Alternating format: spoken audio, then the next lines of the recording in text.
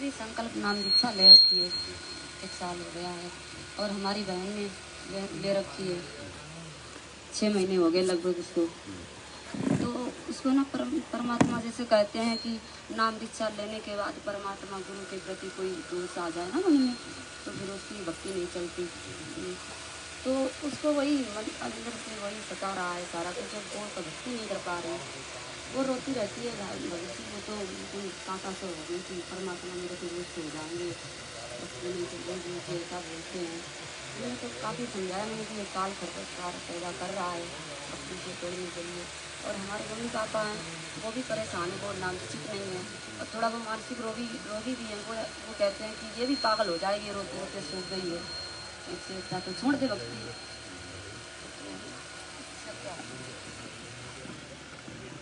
देखो बहन, सबसे बड़ी जो कमजोरी है वो ये है कि हम ज्ञान को ना समझ के जल्दबाजी में नाम ले लेते हैं।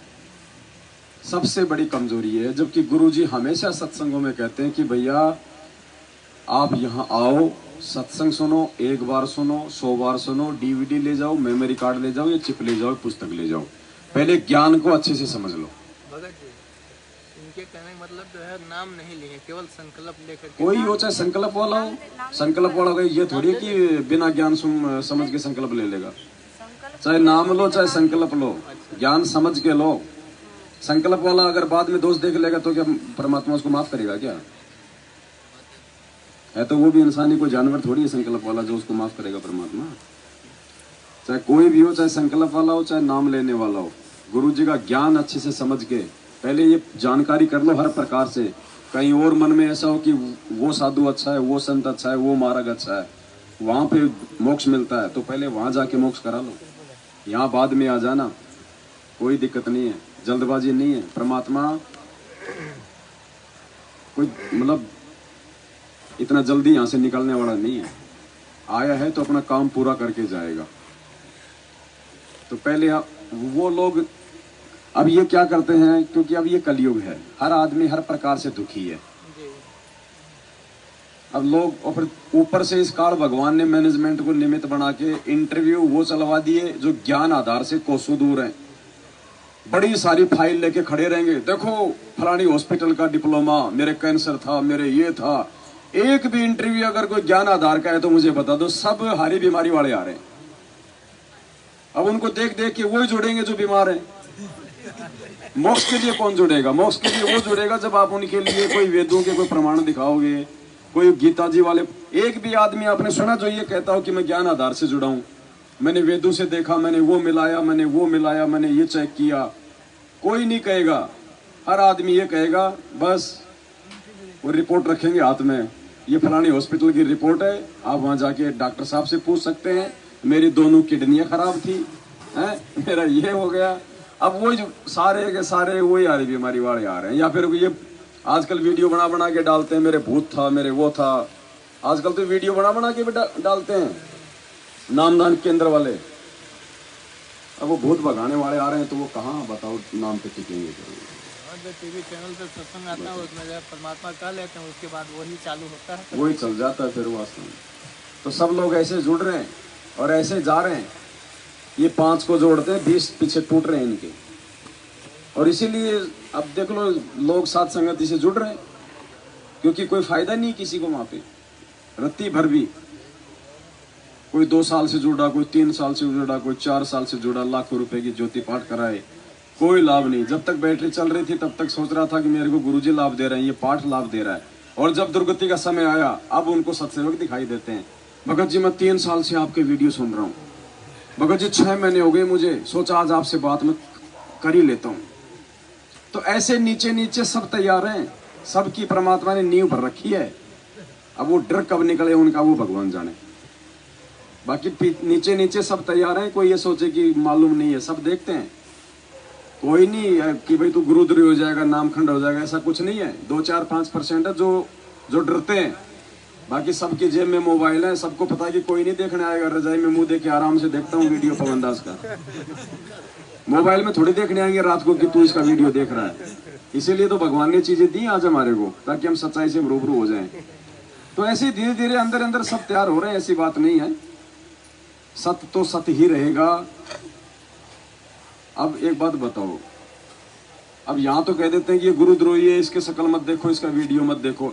अरे बगैर सच्चाई जाने, बगैर हमारे वीडियो देखे तुम ऐसा बोल रहे हो, तो फिर वो जगत वालों की क्या गलती है जो बिना गुरुजी के सत्संग सुने कहते हैं कि रामपाल तो देशद्रोही है, इससे नाम मत लो। फिर तो वो भी ठीक है बेचारे, वो भी ठीक ही कह रहे हैं, क्योंकि वो गुरुजी के सत्संग नहीं सुन रहे, तुम पवन दास के वीडियो नहीं देख रहे, इसलिए उनको गुरुजी में जो है वो देशद्रोही दिखाई दे रहा है, तुमको इस पवन दास में वो गुरुद्रोही दिखाई दे रहा है। तो तुम तो जगत वालों से भी गए गुजरे, क्योंकि जगत के पास तो ज्ञान नहीं है, तुम ज्ञान लेके भी अंधे हो। तो संगत तो उल्टी दोषी बन रही है परमात्मा की। तो बहन जी, ये गुरु जी का जो सत्संग है वो ना सुन पाने के चलते इस प्रकार के दोष मन में आएंगे ही आएंगे, और जब तक वो आत्मा दोष मुक्त नहीं हो जाती है तब तक परमात्मा उस पर अपनी मेहर नहीं बख्शेगा। परमात्मा कहते हैं यहाँ पे दोगला सा काम नहीं चलेगा बिल्कुल भी। तुम जितना मालिक की तरफ बढ़ोगे उतना परमात्मा तुम्हारी तरफ बढ़ेगा। एक सत्संग में गुरुजी ने कहा ना कि वे चलो ले लेते नाम देखांगे, तो गुरुजी ने कहा कि परमात्मा भी देखेगा। फिर दास गरीब उधार नहीं या सौदा पूरम पूर, शायद सत्संग होना चाहिए परमात्मा का।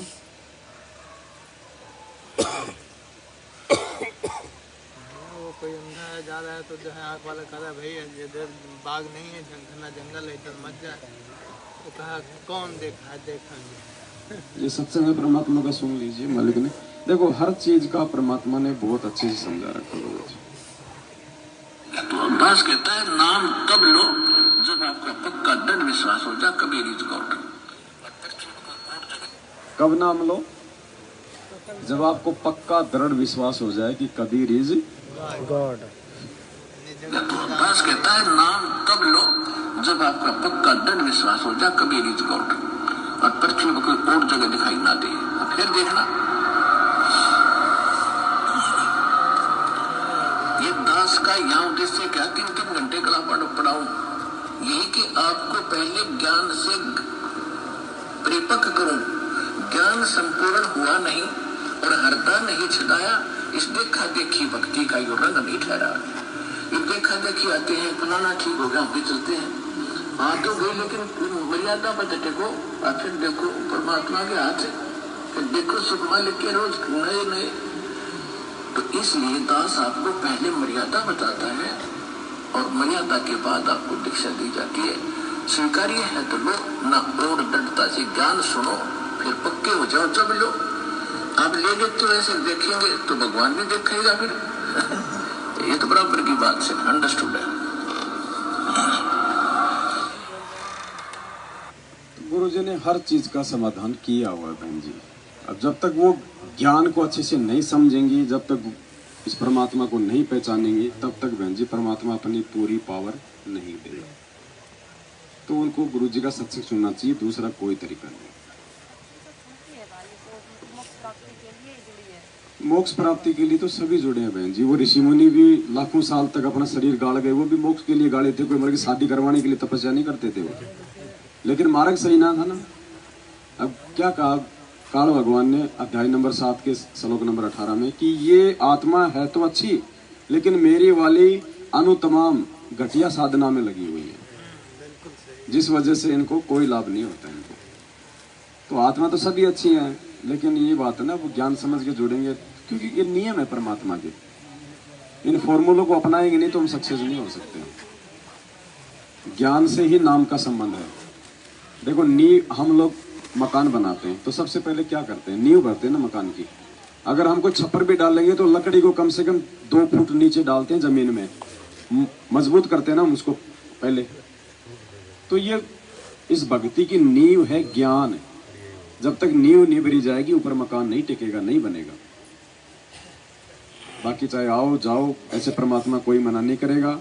चाहे कोई एक भी सत्संग मत सुनो, चाहे नाम ले लो, आके दे देगा परमात्मा, तो मना थोड़ी करेगा। लेकिन वो टिक नहीं पाएगा। टिकेगा वो जो परमात्मा के वचन के अकॉर्डिंग ज्ञान समझ के इस मार्ग पे। अब बहुत सारे लोग ऐसे हैं जो नहीं ज्ञान सुनते ज्यादा, जिन्होंने ज्यादा सत्संग में नहीं सुने, फिर भी आज वो इतने दृढ़ हैं इस परमात्मा के मार्ग पे कि उनको कोई तोड़ नहीं सकता। अब आप कहोगे साहब उन्होंने कौन से गुरु जी के सत्संग सुन लिए ज्यादा, वो तो बहुत दृढ़ है। भाई उनके पिछले संस्कार मजबूत हैं। पिछले जन्म से होते हैं पूर्ण हंस मुराद। उनके पिछले भक्ति संस्कार मजबूत हैं। क्या पता वो युगों युगों से परमात्मा की बहुत अच्छी भक्ति करता आ रहा हो, तो भक्ति तो रहेगी उसके पास, ये परमात्मा वाली, ये बर्बाद नहीं होती। अब जैसे ये मोबाइल है आप सबके पास में, और मैंने मोबाइल को मैंने चार्ज किया और बैटरी चार्ज हो गई इसकी 60%, और गलती से मोबाइल ये टूट गया, नीचे गिर गया। अब इसकी बैटरी तो 60 ही रहेगी या फिर बैटरी भी डाउन हो जाएगी? बैटरी तो 60 ही रहेगी ना। तो उस बैटरी को निकाल के मैं दूसरे मोबाइल में डालूंगा तो 60% ही दिखाएगा ना। तो आत्मा की जो कमाई है वो परमात्मा की उसने शरण में रह के जहां तक की है ना, वो भक्ति कमाई तो उतनी रहेगी, फिर वो आगे बढ़ती है वो हर जन्म में। तो क्या पता जिस आत्मा ने आज गुरु जी के सत्संग थोड़े सुने और वो गुरु जी के प्रति बहुत ज्यादा वो दृढ़ है, तो उसकी पिछले जन्म की बैटरी ज्यादा चार्ज है। और एक ऐसा है जिसने ये भक्ति की कोई शुरुआत भी नहीं करी, ऊपर से उसने सत्संग में नहीं सुने, तो वो नहीं टिक पाएगा। तो उनको सत्संग सुनने की सलाह दो, और दूसरा कोई रास्ता नहीं है। और बताओ कोई बात? और भाई जैसे हमारी बच्ची है 4 साल की हो गई, 5वीं में है वो, तो मैं सोचती हूँ कि उसको संकल्प नाम दीक्षा दिला दें, लेकिन वो भाई जो है ना वो जूठा खाती है अपने पापा का सबका, वो खाती है मीट मछली। तो उसको दिलाएं या ना दिलाएं, जोड़े परमात्मा से। देखो परमात्मा का विधान है कि जब बच्चा 3 साल का हो जाए तो उसको नाम दीक्षा, या अगर गुरुजी नहीं है तो उनको संकल्प दीक्षा।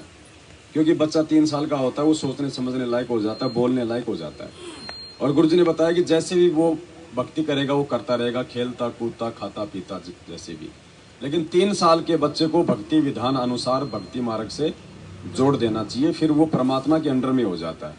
तो एक तो आपकी जो बच्ची है, आप कह रहे हो कि वो 3 साल की हो गई या कितने साल की हो गई? 5 हाँ, अब एक तो वो वैसे मर्यादा तोड़े और एक वो मान लीजिए संकल्प कर लेगी, उसके बाद उसकी मर्यादा टूटे, तो परमात्मा उसको कुछ तो राहत देगा अगर ऐसा उसका कोई संस्कार आ गया तो। एक तो आदमी अपने घर पे पड़ा पड़ा जो अमल की बीमार हो रहा है, और एक कोई हॉस्पिटल में पड़ा पड़ा कोई दिक्कत हो रही है, तो हॉस्पिटल वाले को तो डॉक्टर जल्दी संभाल लेगा ना।